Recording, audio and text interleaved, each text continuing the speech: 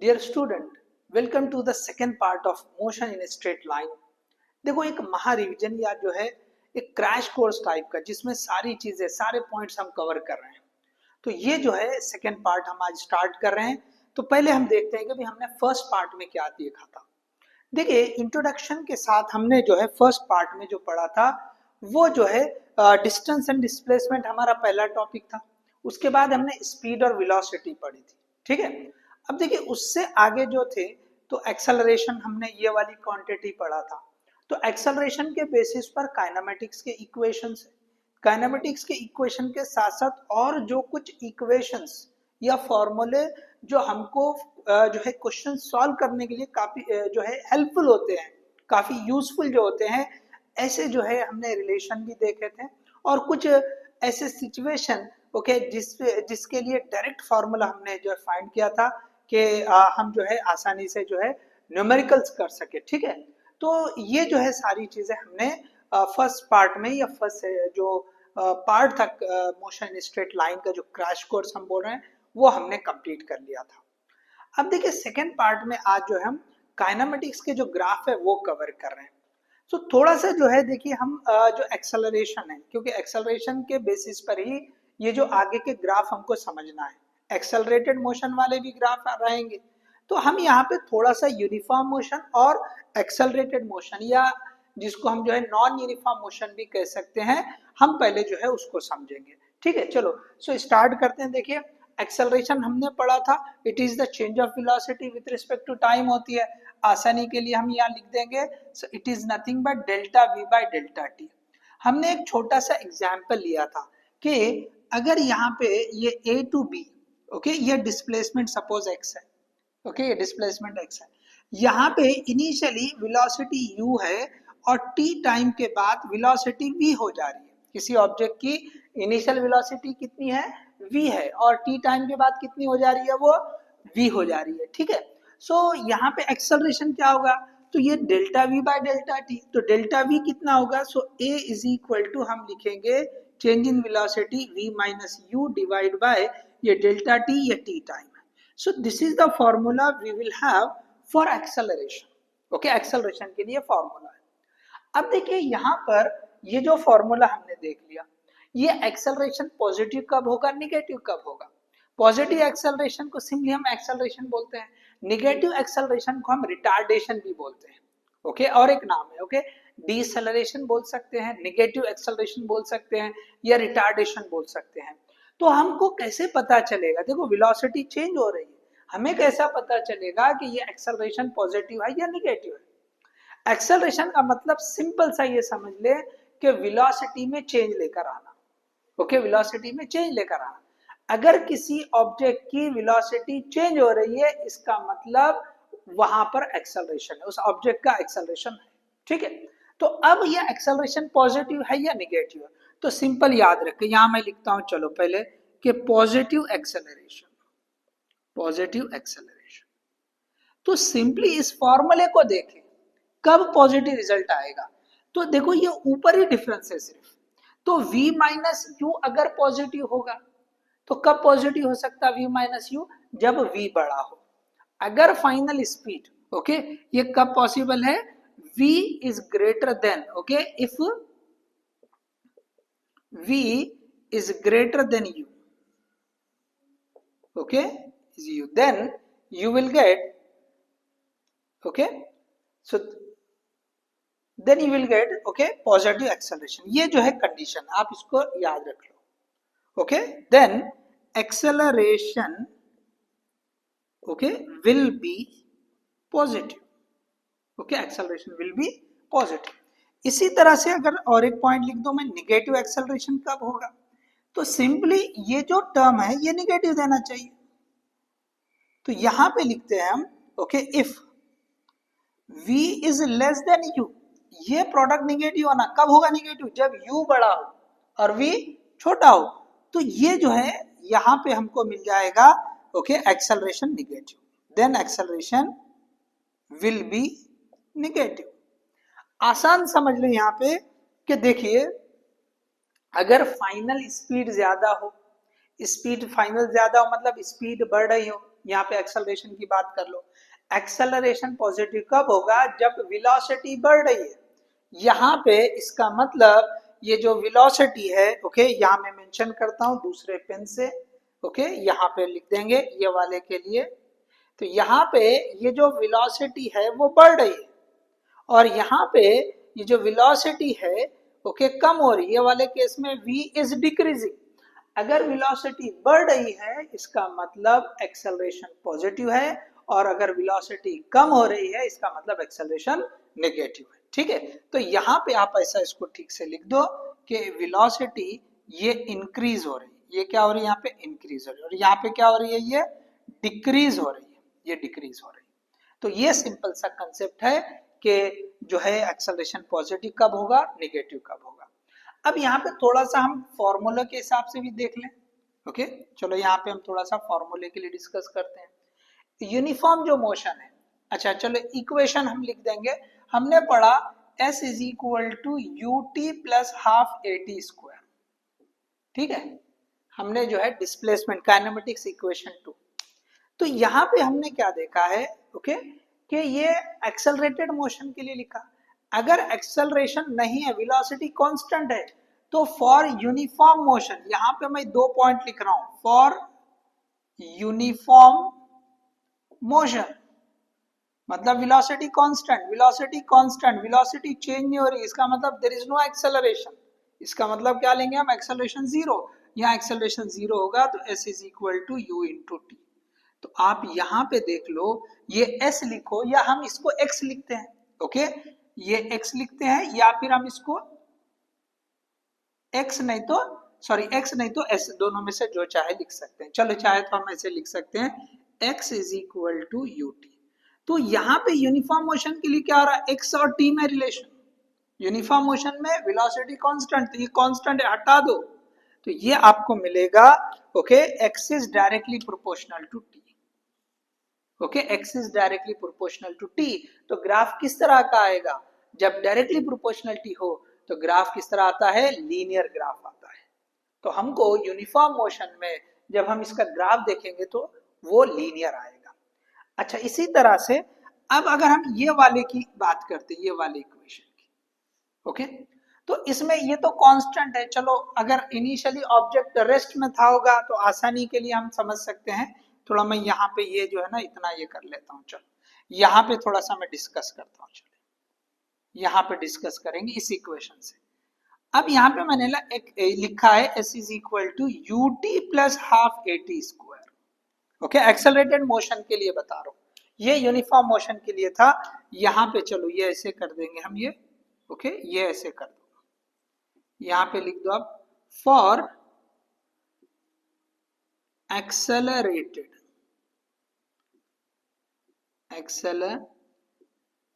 Motion या non uniform motion, non uniform, okay, non uniform. थोड़ा सा यहाँ में जो है ये बाउंड्री लगा देता हूं। तो अगर ये ऑब्जेक्ट रेस्ट में हो, if u is equal to zero, मतलब ऑब्जेक्ट अगर रेस्ट में है तो u जीरो हो जाएगा। So s is equal to ये हाफ ए टी स्क्वायर। तो यहाँ पे हाफ तो कांस्टेंट ही है। एक्सेलरेटेड मोशन में एक्सेलरेशन हम हमेशा क्या करते हैं? यूनिफॉर्म लेते हैं, यूनिफॉर्म वाला लेते हैं। ठीक है, क्या करते हैं हम? ये हमारे सिलेबस में नॉन यूनिफॉर्म मोशन नहीं रहेगा, ओके, यूनिफॉर्म मोशन रहेगा यहाँ जो पढ़ रहे हैं। ठीक है, तो अगर एक्सेलरेशन भी कांस्टेंट है, हाफ भी कांस्टेंट है, तो what you can write, this s is directly proportional to t square. क्या आ जाएगा? ये t स्क्वायर। तो यहाँ पे आप देखो कि ये जो इक्वेशन आई है, ओके, ये वाली इक्वेशन, जब एक्सेलरेटेड मोशन हो तो s is directly proportional to t square, या इसी को हम लिखें x is directly proportional to t square. आप चाहे तो ऐसे भी लिख सकते हैं। चलिए हम चेक करते हैं ये लास्ट का कवर हो रहा है या नहीं हो रहा है। ओके, सबसे लास्ट का, ठीक है, मैं चेक कर रहे हैं। ओके, चलिए लगभग आ जा रहा है, नो इशू। ठीक है, चलो सो ये सेम ही है तो आपको समझ में आ जाएगा क्या लिखा है। ठीक है, तो आप अच्छे से याद रख लो ये दोनों इक्वेशन, एक ये वाली और ये दोनों में से जो भी आप ये ले लो। ठीक है, तो ये जो है आपको समझ में आ गया होगा कि अगर जो है यूनिफॉर्म मोशन होती है तो x is directly proportional to t, मतलब जो ग्राफ आएगा वो लीनियर आएगा, और x is directly proportional to जो है t स्क्वायर आता है एक्सेलरेटेड मोशन में या नॉन यूनिफॉर्म मोशन में, तो x is directly proportional to t square, तो कौन से टाइप का ग्राफ होगा? Yes, okay, obviously that is parabolic graph आएगा। ओके, सो देखिए ये हमको याद रखना है, तो हम डायरेक्टली काइनेमेटिक्स ग्राफ जो है ड्रॉ कर सकते हैं। दो हिस्से हैं काइनेमेटिक ग्राफ के, पहले सिंपली ये अलग अलग टाइप के मोशन या स्टेट के हिसाब से हम देखेंगे, और उसके बाद जो दूसरा है जो कैलकुलस से रिलेटेड हो सकता है, ठीक है ना, मतलब जैसा हमको जो है जो क्वांटिटीज बनते हैं, ओके, क्वांटिटीज बनते हैं जैसे स्लोप और जो है एरिया ऑफ द ग्राफ जो होता है, ठीक है ना, तो उसको हम सेकेंड पार्ट में पढ़ेंगे। पहला ये सॉरी इसी में नेक्स्ट इसमें पढ़ेंगे। पहले हम ये जो है ना जो अलग अलग टाइप की जो मोशन हो रही है उसमें जो स्टेट होगी उसके लिए देख रहे हैं, ठीक है। चलो, so I hope you understand this one के x is directly proportional to t और x is directly proportional to t square. Okay, understood. चले फिर आगे बढ़े इसको, ठीक है।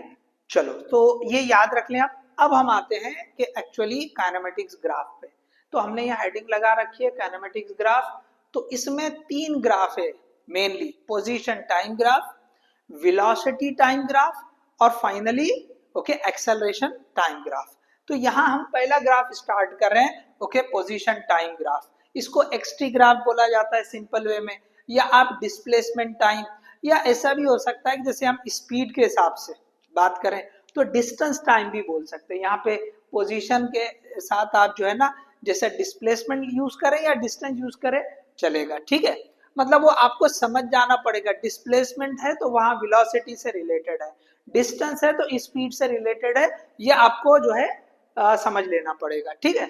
चलो, तो पहला हम जो टाइप लगा रहे हैं यहाँ पे, this is we are having position time graph, okay, position time graph. तो अब इसमें देखो अलग अलग सिचुएशन, हमको जो है ऑब्जेक्ट सपोज वो रुका हुआ है, या ऑब्जेक्ट यूनिफॉर्म मोशन से जा रहा है, या ऑब्जेक्ट एक्सेलरेटेड मोशन में है, तीनों सिचुएशन के हिसाब से हमको जो है ना ये ग्राफ देखने पड़ेंगे। तो पहला जो ग्राफ है ये पोजीशन टाइप ग्राफ, इसमें ये पहली सिचुएशन देखो, यहाँ पे ये पहली सिचुएशन के लिए बता रहे हैं कि ऑब्जेक्ट रेस्ट पर है, रुका हुआ है, ऑब्जेक्ट रेस्ट पर है। तो सिंपली क्या होगा, रेस्ट पर है मतलब उसकी पोजीशन चेंज ही नहीं होगी। तो देखो यहाँ पे एक्स एक्सिस पे पोजीशन है, वाई एक्सिस पे टाइम है, ये टाइम चेंज हो रहा है but position of the graph is not changing. देखो यहीं पर है, ये इतनी पोजीशन, सपोज यहाँ से यहाँ तक हो सकता है 1 मीटर हो, तो हमेशा ये 1 मीटर ही आ रहा है, इसका मतलब ऑब्जेक्ट मूव नहीं कर रहा है, ऑब्जेक्ट रेस्ट में। तो सिंपली इस तरह की ये स्ट्रेट लाइन आएगी, ओके, आपको okay parallel to X axis, okay, इस तरह की लाइन आएगी। तो this is we are having okay X T graph when object is at rest. आप देख लें, आप यहाँ पे पोजीशन चेंज नहीं हो रही। इसी तरह दूसरा अगर हम ग्राफ देखें, अगर ऑब्जेक्ट यूनिफॉर्म मोशन से जा रहा है, उसकी वेलोसिटी कांस्टेंट है, ओके, अगर वेलोसिटी कांस्टेंट है, ओके, तो वेलोसिटी कांस्टेंट के लिए हम पढ़ चुके यूनिफॉर्म मोशन, ओके, तो एक्सेलरेशन 0 होता, तो क्या आता है relation, x is directly proportional to t। इसका मतलब क्या है कि भाई आपको लीनियर ग्राफ आएगा। अब इसमें दो पॉसिबिलिटी है कि positive velocity, negative velocity, velocity is a vector quantity, तो पॉजिटिव भी हो सकती है, नेगेटिव भी हो सकती है। तो सिंपली अगर ये हमने ऐसे बढ़ते हुए बता दिया, ठीक है ना, तो ये जो है ये जो स्लोप देख रहे हैं, ओके, जो स्लोप है वही एक्चुअली वेलोसिटी होती है एक्स-टी ग्राफ की। तो नेक्स्ट ओके ये जैसे हम कंप्लीट करेंगे नेक्स्ट हम वो बताएंगे, ठीक है। तो आपको जैसे रिवाइज कर रहे हैं, ठीक है, अगर याद भी रख ले इतना कि एक्स-टी ग्राफ की जो स्लोप होती है वेलोसिटी होती है, तो सिंपली यहाँ देख ले, अदरवाइज ओके जैसे हम नेक्स्ट पार्ट पढ़ेंगे इसका तो वहां पे आपको एकदम क्लियर हो जाएगा। तो बाय दैट टाइम सिर्फ इतना याद रख लें कि भाई ये जो है ना ये जो स्लोप ये इंक्रीजिंग पॉजिटिव, तो एक्स-टी ग्राफ में ये पॉजिटिव रहेगा तो वेलोसिटी पॉजिटिव, या निगेटिव रहेगा ऐसे, ओके, स्लोप अगर निगेटिव है तो वेलोसिटी भी निगेटिव। तो सिंपल यहाँ पे इस पर से हमने बना दिया x is directly proportional T, linear graph आएगा। अच्छा, हमने यहाँ पे क्या किया, ये तो 0 से स्टार्ट किया, लेकिन यहाँ पे 0 से स्टार्ट नहीं किया। जब t 0 है तो इसका मतलब यहाँ हम क्या कर रहे हैं, ऑलरेडी उसका कुछ डिस्प्लेसमेंट बता रहे हैं, यहाँ पे डिस्प्लेसमेंट 0 था, सिर्फ इसका मतलब ये है कि जब आप ऑब्जर्व कर रहे हैं तो उस टाइम पे ऑलरेडी उस ऑब्जेक्ट का डिस्प्लेसमेंट हो चुका था, कुछ डिस्प्लेसमेंट था उसका। यहाँ पे क्या है, वो इनिशियली रेस्ट पे था, उसका डिस्प्लेसमेंट कुछ भी नहीं था, लेकिन यहाँ पे ऑलरेडी जैसे कोई गाड़ी उधर से आगे से आ रही है, अब हम यहाँ से ऑब्जर्व कर रहे हैं, भाई वहां से यहाँ तक तो ऑलरेडी उसका डिस्प्लेसमेंट है, ठीक है ना। तो ऐसी सिचुएशन में क्या होता है कि ये जो है ना, जब हम ऑब्जर्व कर रहे हैं वहां से ये जो है ये टी को हम कंसीडर करते हैं जीरो, तो यहाँ पे ऑलरेडी इतना उसका डिस्प्लेसमेंट हो चुका था। तो हम इस इक्वेशन में देखो, ये जो है इक्वेशन में ओके, ये यूटी ऑलरेडी इतना उसका डिस्प्लेसमेंट है पहले से, तो इतना डिस्प्लेसमेंट आप यूटी बोल के बता सकते हैं, ओके। अदरवाइज सिंपल समझना है, ये याद रख लो, लीनियर ग्राफ आता है, देखो ये भी लीनियर ही है, और सिर्फ क्या बता रहे हैं हम, there is some initial displacement, जब हम देख रहे हैं ओके उससे पहले ही उसका डिस्प्लेसमेंट कुछ है, उस ऑब्जेक्ट का डिस्प्लेसमेंट है, तो वो आपको कंसीडर करना पड़ेगा कि t इज इक्वल टू 0 पे ऑलरेडी उसका displacement suppose 1 metre, 5 metre, 10 metre कुछ ना कुछ है सपोज, तो आप इस तरह से ड्रॉ करेंगे, ठीक है। समझने के लिए ये याद रख लें, बेहतर रहेगा, ठीक है। चलो, तो ये यूनिफॉर्म वेलोसिटी के लिए देख लिया। अब अगर वेलोसिटी चेंज हो रही है, अब अगर वेलोसिटी चेंज हो रही है तो इन दैट केस क्या होगा, देखो यहाँ पे हमने लिखा object is moving with uniform acceleration, acceleration को हमने जो है यूनिफॉर्म बताया हुआ, ठीक है, यूनिफॉर्म एक्सेलरेशन, लेकिन एक्सेलरेशन है, एक्सेलरेशन है इसका मतलब क्या, वेलोसिटी कांस्टेंट नहीं है, वेलोसिटी चेंज हो रही है, तो वेलोसिटी चेंज हो रही, इसी को बोला जाता है non uniform motion, non uniform motion. Acceleration अगर है तो यूनिफॉर्म मोशन हो ही नहीं सकती, हम यूनिफॉर्म वाला वर्ड एक्सेलरेशन के लिए यूज कर रहे हैं, याद रखो। तो ये जो है नॉन यूनिफॉर्म मोशन है, तो कंफ्यूज नहीं होना, कई बार क्या होता है इस यूनिफॉर्म को देख के गड़बड़ हो जाती है, एक्सेलरेशन साथ में लिखा है, एक्सेलरेशन है इसका मतलब वेलोसिटी चेंज हो रही है, और वेलोसिटी चेंज हो रही तो वो जो मोशन रहेगी वो नॉन यूनिफॉर्म होगी, ठीक है। चलो, तो अब ये जो है इसमें फिर से दो चीजें, जैसे मैंने बोला एक्सेलरेशन में पॉजिटिव निगेटिव, तो यहाँ पर इसी तरह से पॉजिटिव एक्सेलरेशन में ग्राफ कैसा आएगा, तो पहले हम देखते हैं रिलेशन क्या बना है। तो हमने ये यूनिफॉर्म नॉन यूनिफॉर्म मोशन या एक्सेलरेटेड मोशन के लिए वर्कआउट किया है, x is directly proportional to t square या s is directly proportional to t square, तो ये जो रिलेशन बनता है इसे ग्राफ कौन सा आएगा, पैराबोलिक आएगा। तो यहाँ पे देखो ये हमने ये xt, ये पैराबोलिक ग्राफ, ये बढ़ता हुआ ग्राफ है, ये पॉजिटिव जो है पैराबोलिक ग्राफ, ओके, जो ऊपर की तरफ ये ऐसे आ रहा है, ये ऐसे आ रहा है, ठीक है। तो अगर ऐसे ऐसे बढ़ रहा है तो ये पॉजिटिव, और अगर ऐसे आ रहा है so that is negative parabolic graph, ठीक है। आप ग्राफ थोड़ा सा समझ ले, ठीक है, तो यहाँ पे आपको याद रखना पड़ेगा। तो अगर ये ऐसे ऐसे बढ़ रहा है, ये ऐसे बढ़ रहा है, तो that is we are having positive parabolic, और ऐसे अगर उल्टा है ओके, जैसे बाउल होता है, बाउल को सीधा रख रहे हैं तो जैसे हमको ऐसा दिखता है ना ऐसा, सो दैट इज पॉजिटिव, और अगर उल्टा रखते हैं तो वो इस तरह का बनता है, सो दैट इज निगेटिव, याद रखिए आप। तो यहाँ पे ये जो है हमने ऐसे बता दिया, तो एक्चुअली क्या होता है कि हम टाइम को निगेटिव नहीं लेते हैं, ठीक है ना, भी टाइम तो जीरो से स्टार्ट, जहां से हम ऑब्जर्व करना शुरू करेंगे वहां से जीरो से कंसीडर करते हैं, सो time will not be the negative, इसलिए हम इस साइड जो है ना ग्राफ ड्रॉ नहीं करते हैं, हम आधा ही ड्रॉ करते हैं, ये इधर जो निगेटिव एक्सिस है ओके, टाइम निगेटिव नहीं होता इसलिए हम ड्रॉ नहीं करते हैं, तो एक्चुअली पूरा जो ग्राफ आता है वो इस तरह का आता है, ठीक है। तो पॉजिटिव एक्सेलरेशन में इस तरह का ग्राफ आएगा। अच्छा, निगेटिव एक्सेलरेशन में क्या होगा, तो निगेटिव एक्सेलरेशन में इस तरह का ग्राफ आएगा, तो वहां पर मैंने ये ऐसे बता दिया ओके, या नीचे से मतलब हाफ बताते हैं तो उसी हिसाब से रहेगा, ठीक है। ये आगे का पोर्शन ऐसा रहेगा, कंटिन्यू रह सकता है, तो ये ग्राफ जो है इस तरह से रहेगा, ठीक है। अब ये आप इतना जो है ड्रॉ कर लिए, ठीक है, ये एक्चुअली ऐसा कंटिन्यू रहेगा। तो आप देख लीजिए उल्टे वाला आ गया, ठीक है। तो यहाँ सिर्फ समझने के लिए बता रहे हैं, आप याद रख ले कि भाई पैराबोलिक ग्राफ बनता है एक्सेलरेटेड मोशन में, किसके बीच में, xt ग्राफ, पोजीशन और टाइम के बीच में।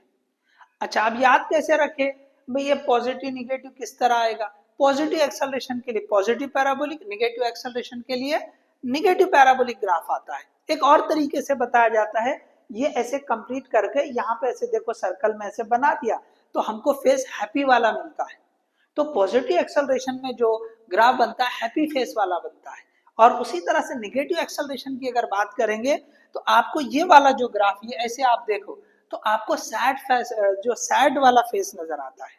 ओके, तो निगेटिव एक्सेलरेशन सैड फेस की तरह होगा और जो पॉजिटिव एक्सेलरेशन हैप्पी फेस वाला होगा। ठीक है, तो ये जो है हमने पोजीशन टाइम ग्राफ देख लिया। चले आप जो है ना इसको पॉज करके आप कॉपी कर लें। ओके, आगे हम नेक्स्ट पोजीशन टाइम के बाद वेलोसिटी टाइम ग्राफ। देखो मेन तो यही थे, इसमें में ज्यादा थे, वेलोसिटी टाइम और acceleration time. Okay, acceleration time तो और भी कम हो जाएगा, मेनली आपको पोजीशन टाइम और वेलोसिटी टाइम ही पूछता है, एक्सेलरेशन टाइम तो बहुत आसान हो जाता है। ठीक है, चलिए आप पॉज करके कॉपी कर लें। चलिए कर लिया आपने कॉपी। चलो अब हम आगे बढ़ते हैं, नेक्स्ट वाला ग्राफ देखेंगे हम, वेलोसिटी टाइम ग्राफ। तो सिचुएशन फिर से ऐसे ही रहेंगे। ओके, हम इन्हीं सिचुएशन के साथ चलेंगे। ठीक है, चलो तो ये मैं इधर का रब कर देता हूँ सारा। ओके, चलो उसको रहने देते हैं, आपको जो है कंपेयर करने के लिए। तो पहले हम वेलोसिटी टाइम देखेंगे, ठीक है, बाद में फिर रब कर देंगे। ठीक है, चलो फिलहाल हमें जरूरत नहीं है तो मैं इसको रखता हूँ। वेलोसिटी टाइम ग्राफ हम पहले देख लेंगे। चलो हेडिंग आप लगा दो, वेलोसिटी टाइम ग्राफ।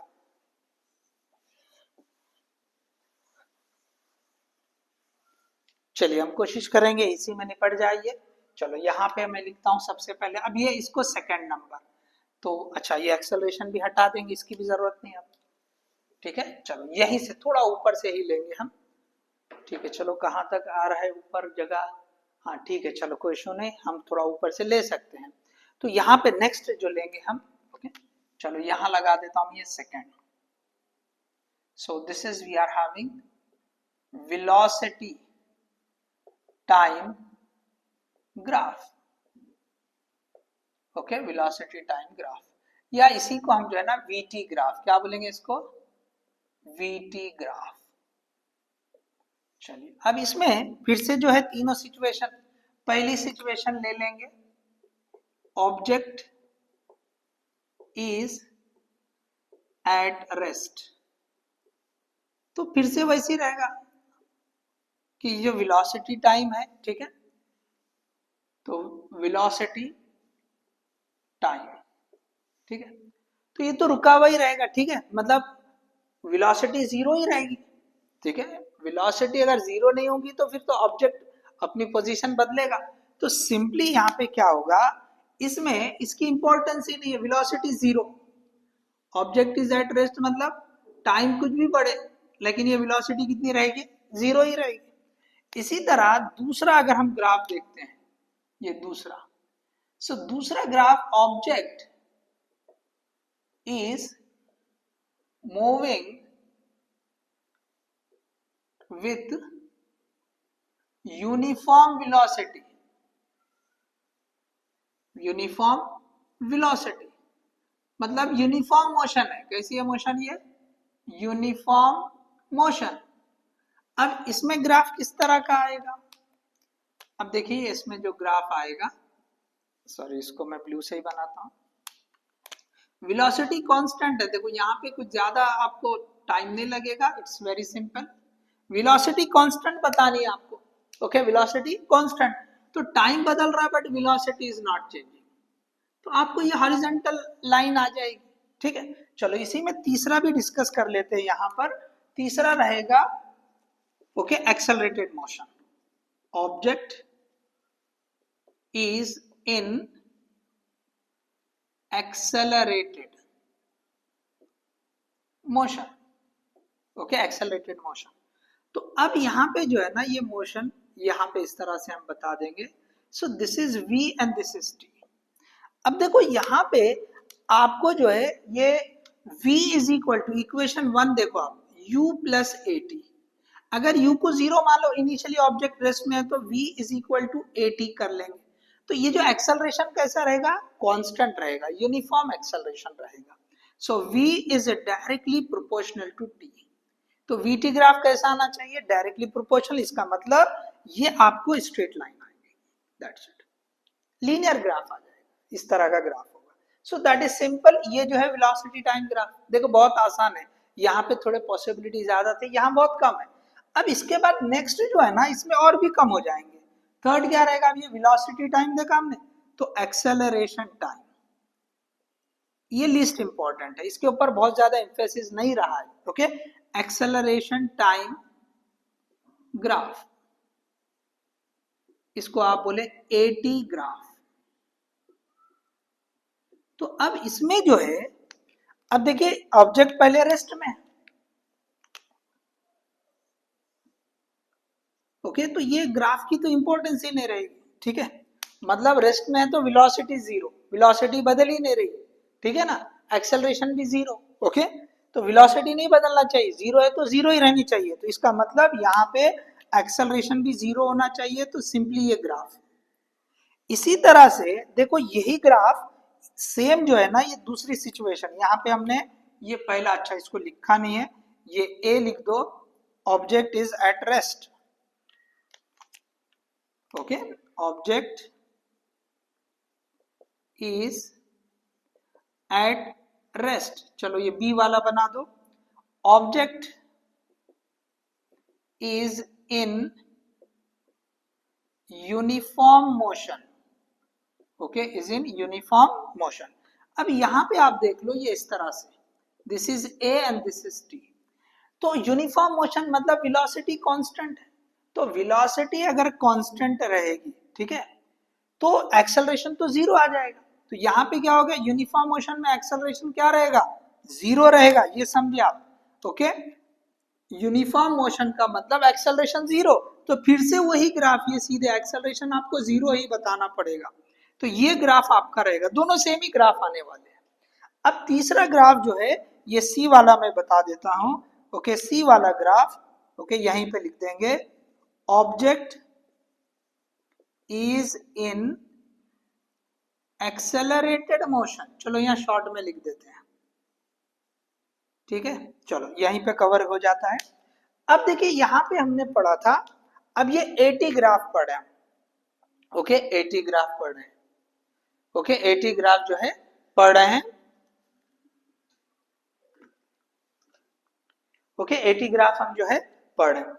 अब देखो ए और टी यहीं से निकालो, यहां से अगर हम देखें यही इक्वेशन से, ठीक है, velocity constant, okay, sorry, velocity is not constant, हमको जो है ये एक्सेलरेशन और टाइम, तो हमने क्या पढ़ा यहां से, ओके, ये जो है acceleration is equal to v divide by t, change in, तो यहां क्या हो रहा है कि ऑब्जेक्ट अगर एक्सेलरेटेड मोशन में है, ओके, तो अब ये जो है, जो ग्राफ बनेगा ए और टी, सॉरी,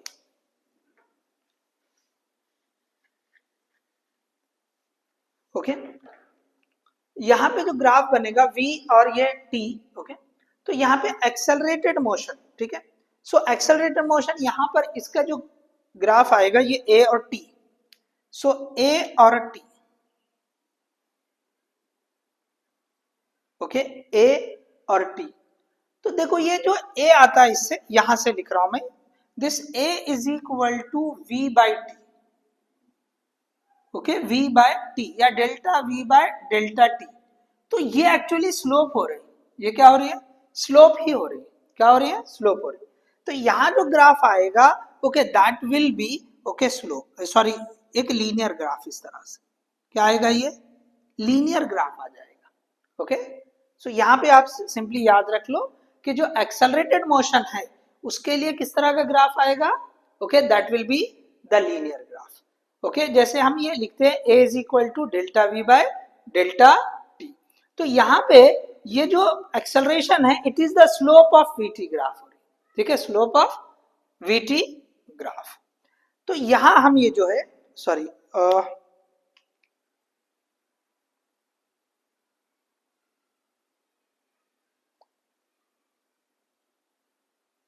ओके, सॉरी, ये नहीं, ये वीटी ग्राफ के लिए था, इसको छोड़ दे, चलो, ओके, जैसे यहीं पे आप कंप्लीट कर लें, एक्सेलरेटेड ग्राफ जो आए, sorry, when object in accelerated motion, तो ग्राफ किस तरह का आएगा, लीनियर ग्राफ, जैसे जैसे टाइम बढ़ेगा एक्सेलरेशन भी बढ़ता चला जाएगा, ओके, एक्सेलरेशन भी जो है बढ़ता चला जाएगा, ठीक है, तो यहाँ पे आप जो है इसको,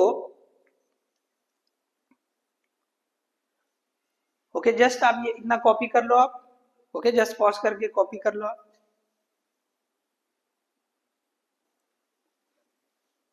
ओके सो लास्ट ग्राफ हम देख रहे हैं। सो एक्सेल सॉरी यहाँ पे थोड़ा चेंज करें, ये गड़बड़ हो जा रही है। Okay this is not the way. Okay acceleration तो कांस्टेंट रहेगा। ओके एक्सेलरेशन कैसा होता है, कांस्टेंट होता है, तो कांस्टेंट है तो कैसा ग्राफ आएगा। चलो मैं इसको चेंज कर रहा हूं, ठीक है, ये इस तरह से आ जाएगा।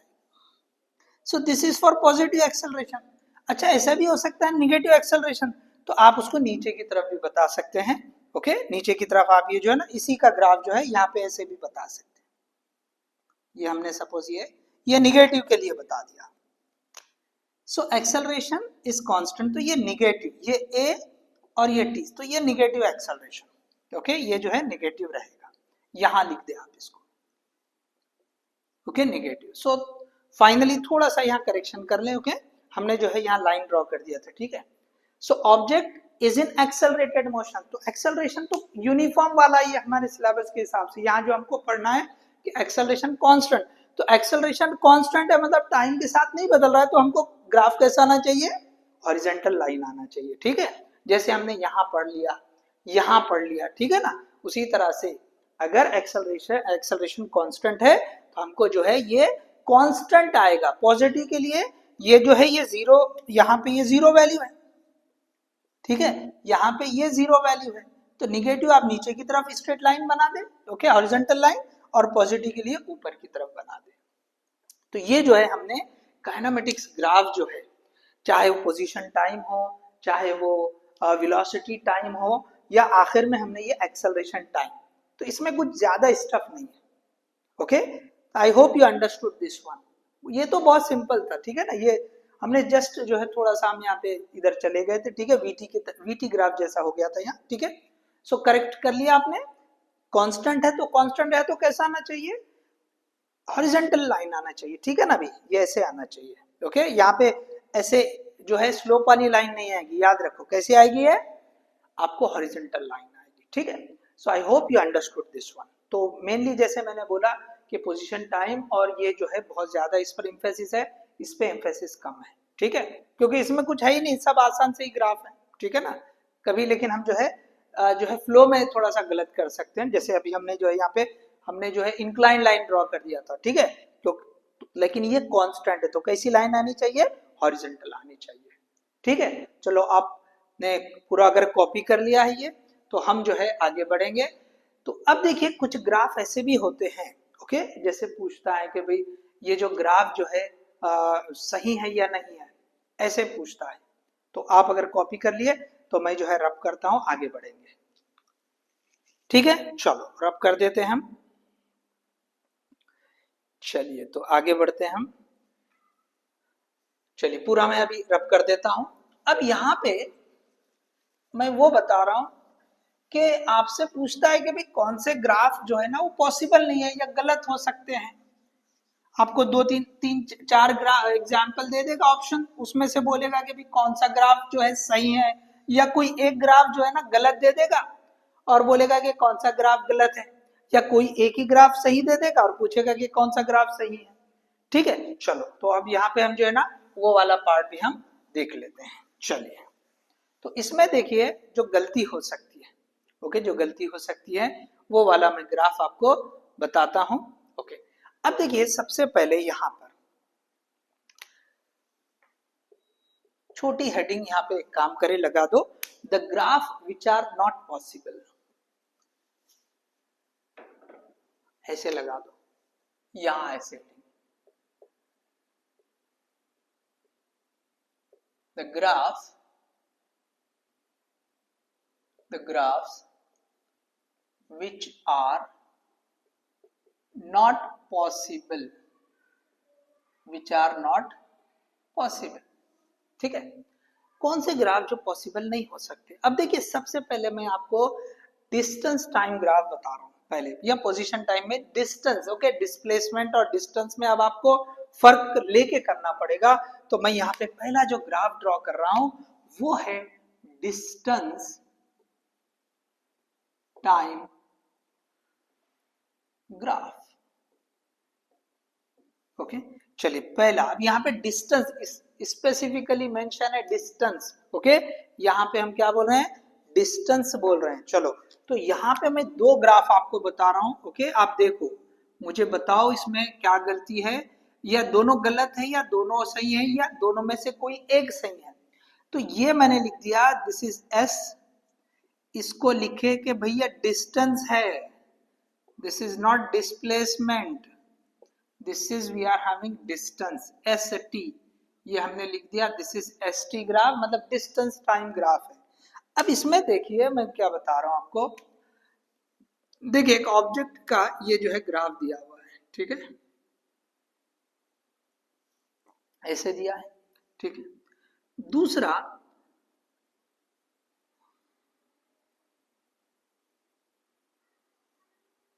सपोज ये ऐसे दिया है, ठीक है, या यहाँ पर ये जो है इसको एक्सटेंशन भी कर सकता है, ठीक है ना। अच्छा, यहाँ पे ऐसे भी बता सकता है। चलो मैं यहाँ पे दोनों चीजें रखता हूँ, ये इसमें बताता हूँ। चलो,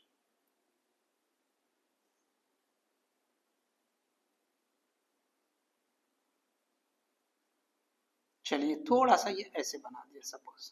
चलो, थोड़ा क्लैरिटी आपको ज्यादा रखेंगे, ठीक है ना, यहाँ पे। चलो ठीक है, देख लीजिए ऐसे। अब बताइए कौन सा ग्राफ है, डिस्टेंस टाइम ग्राफ है। तो देखो, डिस्टेंस से रिलेटेड मैंने बहुत क्लियरली बोला था, डिस्टेंस हमेशा क्या होता है, बढ़ता जाता है, डिस्टेंस हमेशा बढ़ते जाता है। एक और चीज, चलो मैं साथ में पैरेलल लिखता हूं ताकि आपको ज्यादा क्लियर हो। दूसरा लिखता हूं मैं, स्पीड टाइम ग्राफ, ठीक है। चलो, ये मैं दोनों फिगर सेम बना रहा हूं, यहां पे दोनों भी फिगर में ये सेम बना दे रहा हूं। This is we are having speed, चलो स्पीड लिखा है ना यहाँ, तो आपको समझ में आ जाएगा, v मतलब स्पीड है, और यहां पर भी ये v मतलब स्पीड है, ठीक है। v मतलब यहाँ स्पीड बोला जा रहा है। अब यहाँ पर भी मैं सेम इस जैसा ही ग्राफ ड्रॉ कर रहा हूँ, दोनों सेम है, समझ ले, ठीक है, दोनों सेम है, थोड़ा बहुत ड्रॉ करने में फर्क आया तो कोई प्रॉब्लम नहीं, ये दोनों भी ग्राफ सेम है, समझ ले। अब कंसेप्ट सीख लो, देखो दोनों मैंने एक जैसे रखे हैं। मैंने बोला था कि भाई इनमें कौन से गलत है कौन से सही है, या जैसा दोनों में कोई गलत है भी या नहीं है। ओके, तो अब देखो ये वाला, पहले डिस्टेंस टाइम, डिस्टेंस कभी भी, ओके, अगर ऑब्जेक्ट मोशन में है, ओके, ऑब्जेक्ट मोशन में, मोशन में मतलब उन्हें अपनी पोजीशन बदल रहा है, इसका मतलब वो मोशन में है। ओके, तो अगर डिस्टेंस की बात की जाए तो डिस्टेंस कभी भी जो है निगेटिव नहीं होता, ये हमने पढ़ा था। डिस्प्लेसमेंट में भी पॉजिटिव, निगेटिव और जीरो, अगर ऑब्जेक्ट मोशन में है। और अगर ऑब्जेक्ट मोशन में है तो डिस्टेंस की बात की जाए तो डिस्टेंस हमेशा बढ़ता जाता है, कम नहीं होता। अच्छा, कम नहीं होता, एक बात आप नोट कर लो। दूसरा, डिस्टेंस कभी भी निगेटिव नहीं होगा। ओके, डिस्टेंस नेगेटिव नहीं होगा, distance is a scalar quantity, it's not the vector quantity. तो दो पॉइंट, डिस्टेंस नेगेटिव नहीं होगा और डिस्टेंस डिक्रीज नहीं होगा। ओके, डिस्टेंस डिक्रीज नहीं होगा। अब आप पहले वाला ग्राफ देखो, यहां पर ये देखो, मैं इसको रेड पेन से बताता हूं, देखो ये डिस्टेंस बढ़ते जा रहा है, ओके, बढ़ते जा रहा है।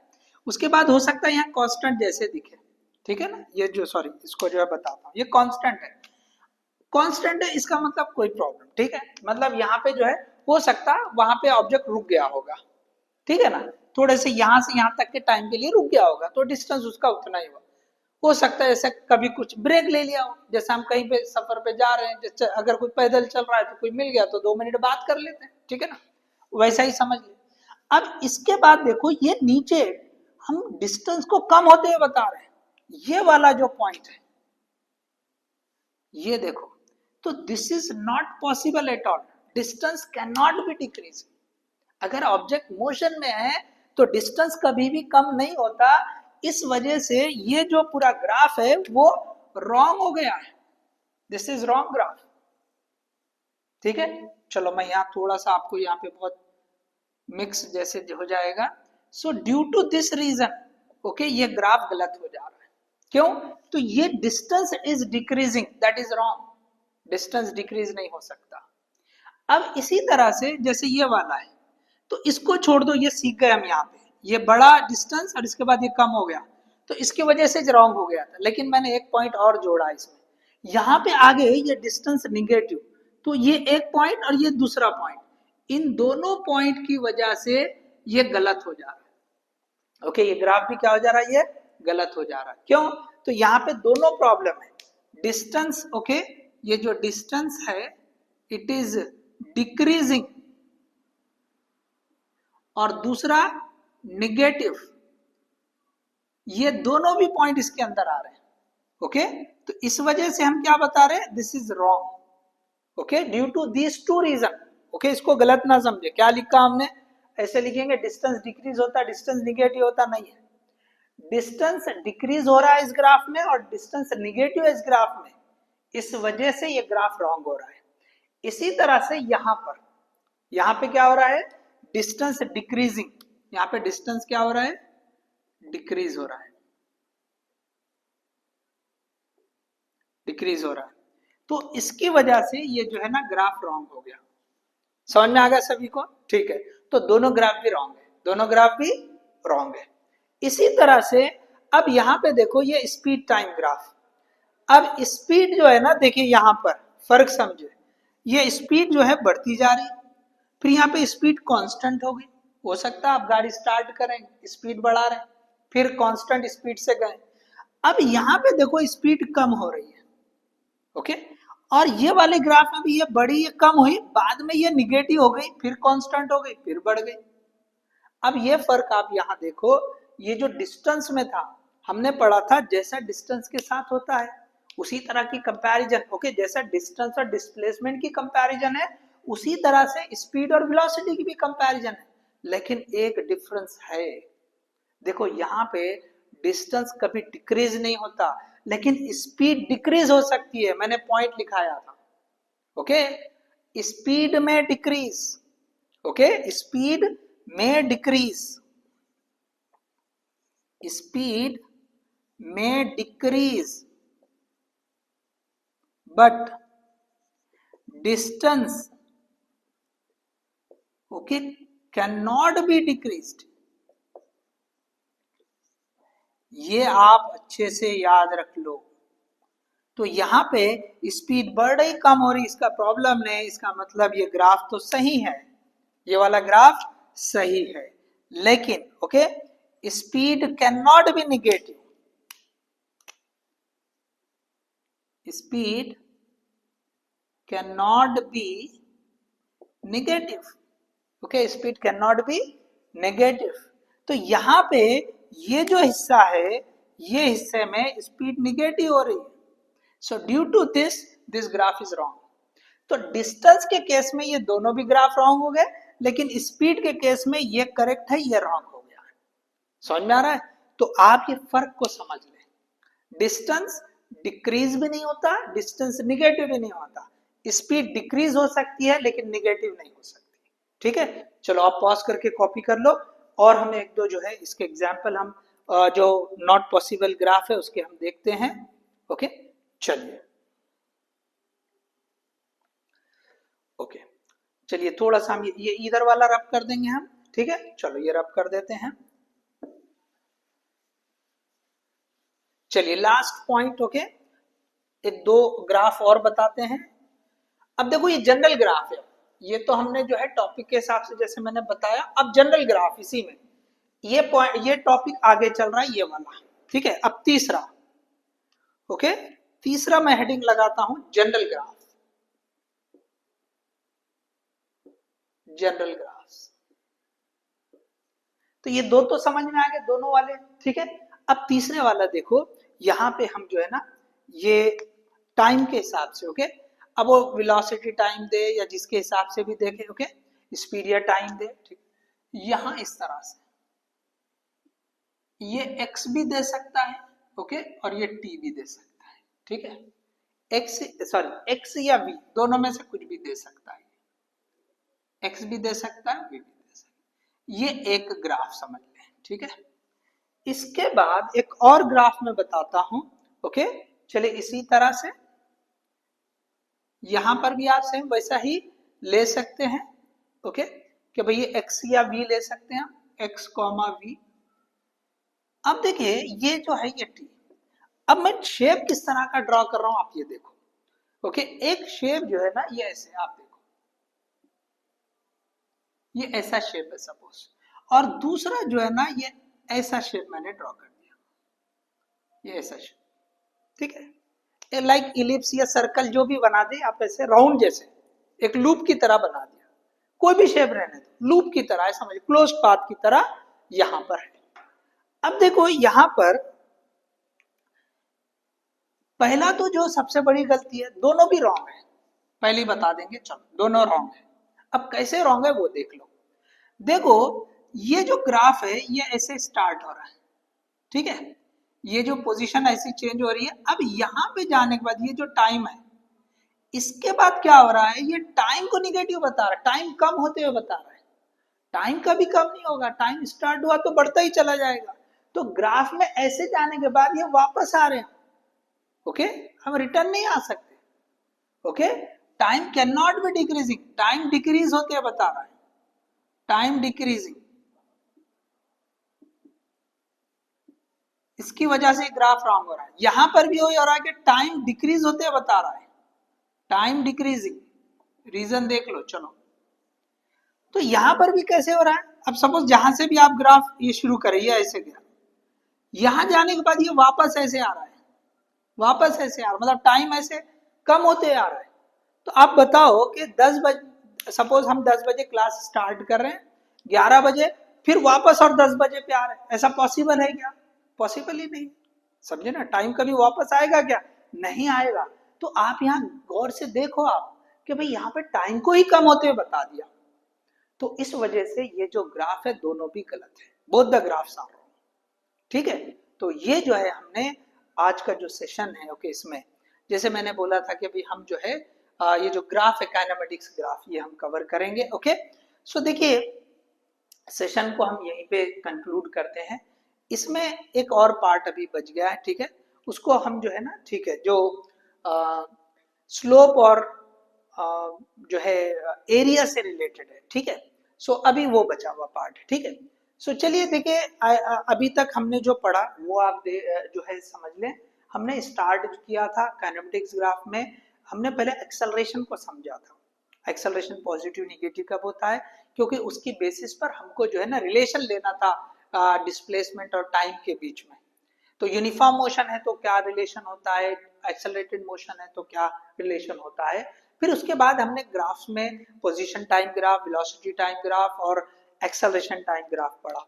फिर हम कुछ यहाँ पे एग्जाम्पल हमने देखे जो ग्राफ पॉसिबल नहीं है, ओके।